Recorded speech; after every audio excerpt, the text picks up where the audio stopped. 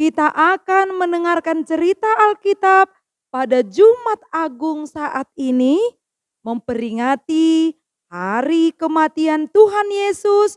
Mari anak-anak, Alkitabnya pasti sudah dipersiapkan ya. Untuk itu Inang mau mengajak anak-anak sekolah minggu yang ada di rumah.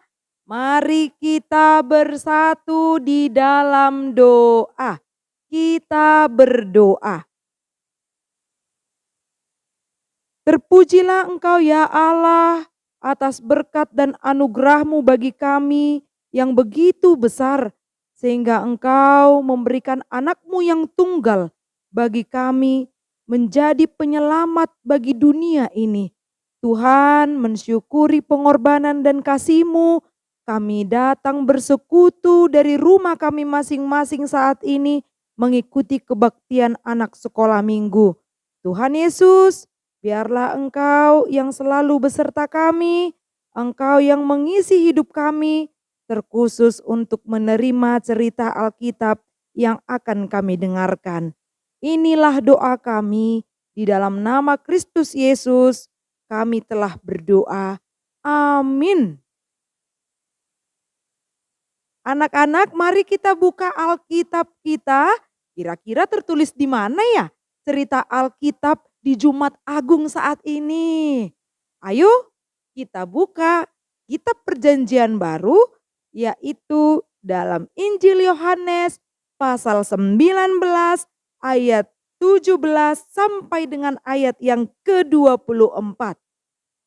Injil Yohanes pasal 19 ayat 17 sampai dengan ayat yang ke-24, Inang akan membacakan untuk kita semuanya. Sambil memikul salibnya, ia pergi keluar ke tempat yang bernama tempat tengkorak. Dalam bahasa Ibrani, Golgota. Dan di situ ia disalibkan mereka, dan bersama-sama dengan dia disalibkan juga dua orang lain, sebelah menyebelah, Yesus di tengah-tengah. Dan Pilatus menyuruh memasang juga tulisan di atas kayu salib itu. Bunyinya, Yesus orang Nazaret, Raja orang Yahudi. Banyak orang Yahudi yang membaca tulisan itu, sebab tempat di mana Yesus disalibkan letaknya dekat kota. Dan kata-kata itu tertulis dalam bahasa Ibrani, bahasa Latin, dan bahasa Yunani. Maka kata imam-imam kepala orang Yahudi kepada Pilatus, "Jangan engkau menulis Raja orang Yahudi, tetapi bahwa ia mengatakan, 'Aku adalah Raja orang Yahudi.'" Jawab Pilatus, "Apa yang kutulis tetap tertulis." Sesudah prajurit-prajurit itu menyalibkan Yesus, mereka mengambil pakaiannya, lalu membaginya menjadi 4 bagian, untuk tiap-tiap prajurit 1 bagian, dan jubahnya juga mereka ambil. Jubah itu tidak berjahit, dari atas ke bawah hanya 1 tenunan saja. Karena itu mereka berkata seorang kepada yang lain, "Janganlah kita membaginya menjadi beberapa potong, tetapi baiklah kita membuang undi untuk menentukan siapa yang mendapatnya. Demikianlah hendaknya supaya genaplah yang ada tertulis dalam kitab suci. Mereka membagi-bagi pakaianku di antara mereka, dan mereka membuang undi atas jubahku." Hal itu telah dilakukan prajurit-prajurit itu. Demikian firman Tuhan. Anak-anak sekolah minggu pasti tahu dong mengapa kita harus beribadah dari rumah kita masing-masing pada hari Jumat ini. Ada yang tahu? Bisa dikatakan? Diperdengarkan kepada orang tuanya mengapa harus beribadah? Iya, benar sekali. Pasti jawabannya karena pada hari ini kita memperingati hari kematian Kristus Yesus di kayu salib. Yesus mau menderita dengan taat Dia mau membawa kayu salib, memikul kayu salib, dan bahkan dia mau mati di kayu salib.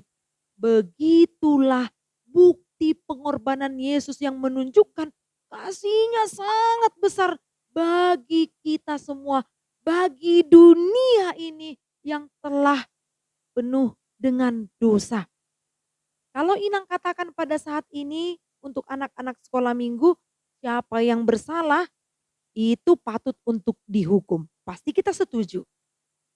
Anak-anak sekolah minggu pernah nggak ya melakukan kesalahan kemudian dihukum? Kalau Inang ingat-ingat waktu kecil, Inang pernah nggak ya? Oh, pernah. Semua orang pasti pernah melakukan kesalahan. Contohnya ini, ada anak-anak yang dihukum orang tuanya. Karena mungkin 3 kali, 4 kali, 5 kali orang tuanya sudah mengatakan kepada dia apa yang harus dilakukan. Tahu-taunya dia tidak melakukannya.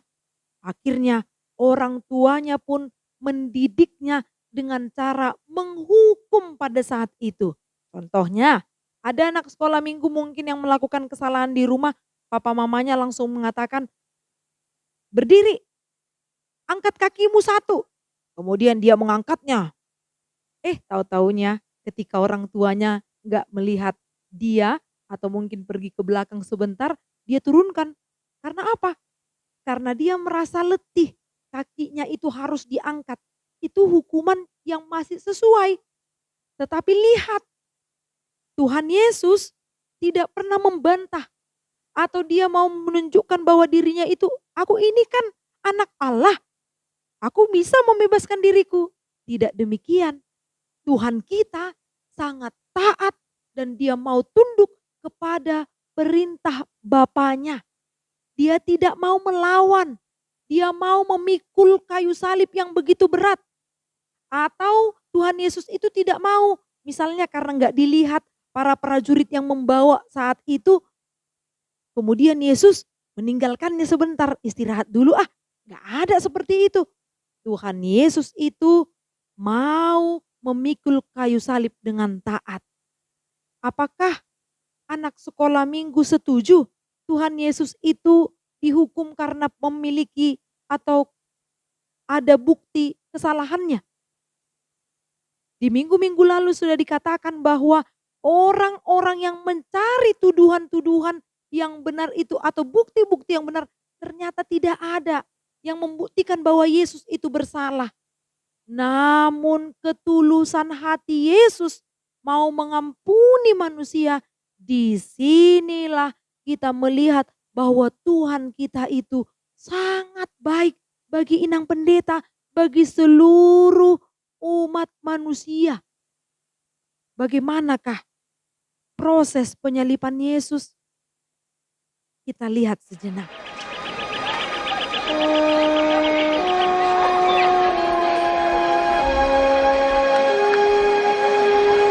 Dan Yesus dipaksa untuk membawa salibnya sendiri ke tempat penyaliban.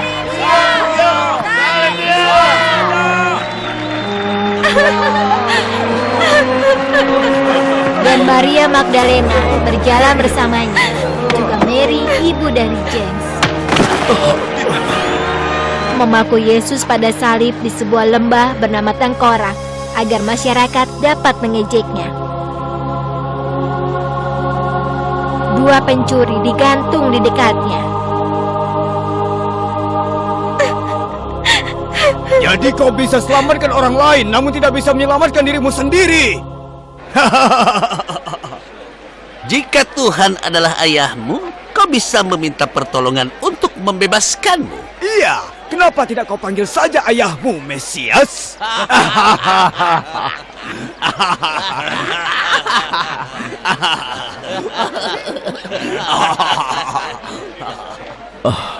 Bapa, maafkan mereka. Mereka tidak tahu apa yang mereka lakukan padaku.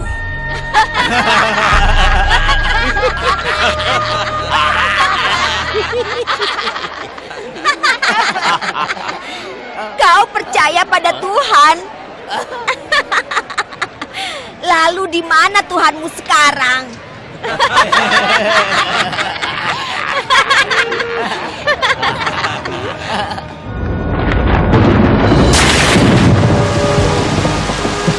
Bapak, Bapak,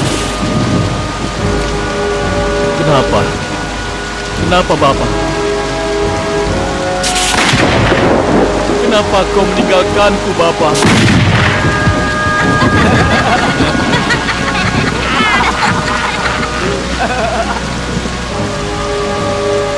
Putra Tuhan, panggil malaikat untuk menurunkanmu dari sini.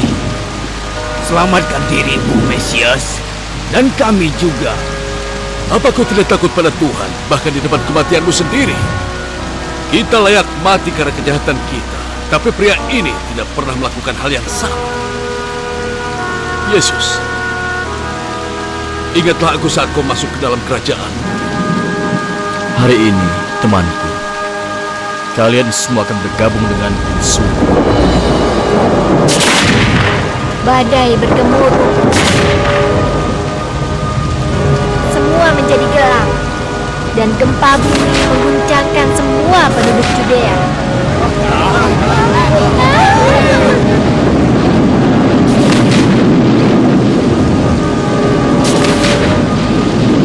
Dan kain yang bergelantungan di kuil terbelah tepat di tengah.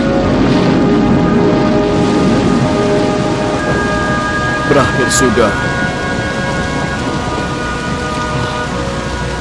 Bapak, aku serahkan jiwaku pada tanganmu. Kita sudah melihat tadi bagaimana Yesus harus memikul kayu salib. Padahal kayu salib itu sangat berat. Dan perjalanan Yesus sampai ke tempat dia akan disalibkan itu sangat jauh. Tapi Yesus tidak melawan. Dia tidak membantah. Kita ingat kemanakah Yesus harus disalibkan? Tempatnya bernama Bukit Golgota.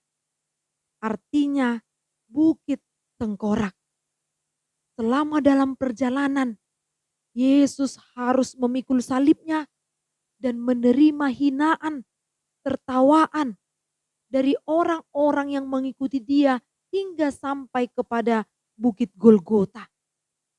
Bayangkan saja kalau anak-anak sekolah minggu dihina. Tentu kita akan merasa sedih.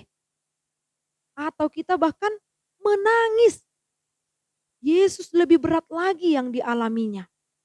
Bukan hanya memikul kayu salib, menerima hinaan, tapi dia harus dicambuk sampai ke tempat yang bernama Bukit Golgota.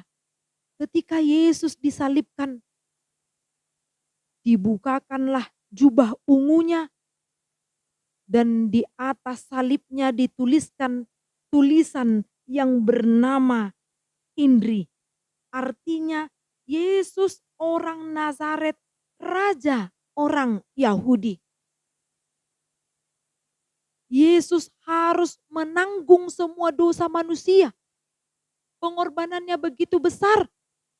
Inilah bukti dari kasih Tuhan kepada manusia. Maka anak sekolah minggu jangan menyia-nyiakan kasih Tuhan. Tapi marilah kasih itu tetap ada di dalam hati kita. Supaya kita dapat mengasihi sesama, mengasihi Tuhan kita. Tidak juga menaruh dendam kepada orang yang telah melukai hati kita. Tapi tetap berperilaku sabar. Ingatlah pengorbanan Yesus yang begitu besar. Bisakah pengorbanan Yesus itu digantikan dengan emas? Tidak. Bisakah pengorbanan Yesus itu digantikan dengan harta kekayaan atau uang? Tidak juga. Atau dengan mainan anak-anak yang mahal sekali? Tidak juga. Tetapi pengorbanan Yesus tidak terbatas nilainya. Tidak terukur oleh uang. Maka marilah kita mengucapkan terima kasih kepada Tuhan yang memberikan kasih-Nya untuk menyelamatkan dan menebus dosa kita semuanya. Bukan hanya sekedar perkataan, tapi juga melalui perilaku kita yang tambah hari tambah cinta Yesus dengan mau memperbaiki diri yang seharusnya hari ini sudah 5 dikerjakan pekerjaan yang salah atau perbuatan dosa. besok dia harus perlahan-lahan dan bahkan memiliki keyakinan saya akan merubah perilaku saya. Itulah anak-anak sekolah minggu yang sudah menerima kasih Tuhan. Syukuri anugerah Tuhan melalui karyanya di kayu salib. Amin. Kita bersatu di dalam doa. Dilipat tangannya, tutup mata, tundukkan kepala, kita berdoa. Tuhan Yesus yang baik, kami bersyukur untuk anugerah-Mu dan pengorbanan-Mu yang luar biasa yang telah kami terima. Bapa yang baik, kami telah mendengarkan firman-Mu, biarlah melalui proses penyalipan-Mu hingga Engkau rela mati, menjadi pertanda bahwa kami adalah anak-anak Tuhan yang sudah diselamatkan dari dosa. Tuhan, ajari kami untuk hidup penuh kasih dan mau berperilaku yang baik agar tidak mendukakan hati-Mu. Inilah doa permohonan kami yang kami sampaikan di dalam nama anak-Mu, Kristus Yesus, Juru Selamat kami yang hidup. Amin.